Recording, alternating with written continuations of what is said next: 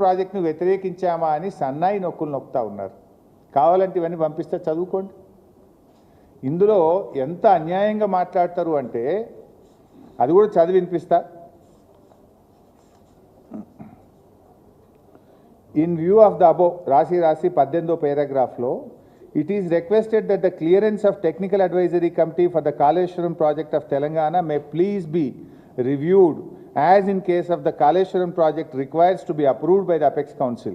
Meanwhile, the state of Telangana be directed not to proceed with further execution of the Kaleshwaram project until provisions of AP Reorganization Act are complied with.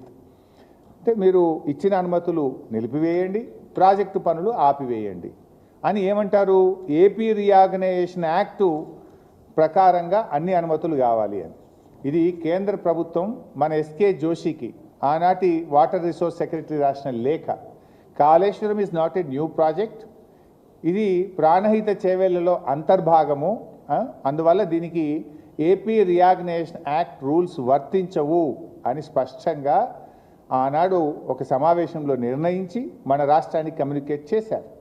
దీని ప్రకారంగా తీసుకోవాల్సినటువంటి 11 అనుమతులను కూడా కాళేశ్వరం ప్రాజెక్టుకు మేము తీసుకున్నాం. అన్ని అనుమతులతో కాళేశ్వరం ప్రాజెక్టును కట్టడం జరిగింది. కానీ మీరేమంటారు? మేమైనా కాళేశ్వరంను అడ్డుకున్నామా? 7 ఉత్తరాలు రాసిండు మీ నాయన. అడుగు ఒకసారి నాన్నగారిని, కాళేశ్వరంను అడ్డుకున్నామా నాన్న, లేదా అడ్డుకోలేదా అని మీ తండ్రి గారిని అడగండి. అడిగి మాట్లాడితే బాగుంటుంది. ఇలా ఏమర్థమవుతా ఉంది? కాళేశ్వరం మీద కుట్ర చేసి మేడిగడ్డ నుండి నీళ్లు ఎత్తిపోయకుండా నీళ్ళన్నీ కిందికి ఆంధ్రప్రదేశ్కు రావాలనే కుట్ర చేసినట్టుగా అనిపిస్తూ ఉంది. అంటే తెలంగాణలో కట్టిన ప్రాజెక్టులను నిర్వీర్యం చేయాలి, ఆంధ్రప్రదేశ్లో మాత్రం అక్రమ ప్రాజెక్టులు కట్టి తీరాలి. ఇక్కడ కట్టిన ప్రాజెక్టులు నిర్వీర్యం చేయాలి, ఆంధ్రప్రదేశ్లో అక్రమ ప్రాజెక్టులు కట్టాలి. కృష్ణానదిని ఎట్లయితే మళ్లించుకున్నామో గోదావరిని కూడా మొత్తం మళ్లించుకోవాలి.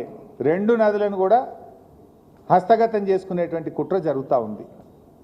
అంటే ఆ రోజు తెలంగాణ రాష్ట్రంని అడ్డుకోవడానికి శతవిధాల అడ్డుపడ్డారు మీరు. ఈరోజు తెలంగాణ నీళ్లు వాడుకోకుండా ఇలా జలద్రోహం చేస్తూ ఉన్నారు, అడ్డుపడతా ఉన్నారు. మేము ఊరుకోం, మీ ఆటలు సాగనీయం. ఆనాడంటే ఉమ్మడి ఆంధ్రప్రదేశ్లో నడిపించిందేమో, ఇప్పుడు ఎట్లయితే? మీరు ఎన్ని కుట్రలు చేసినా తెలంగాణ సాధించి తీరిండు కేసీఆర్ గారు.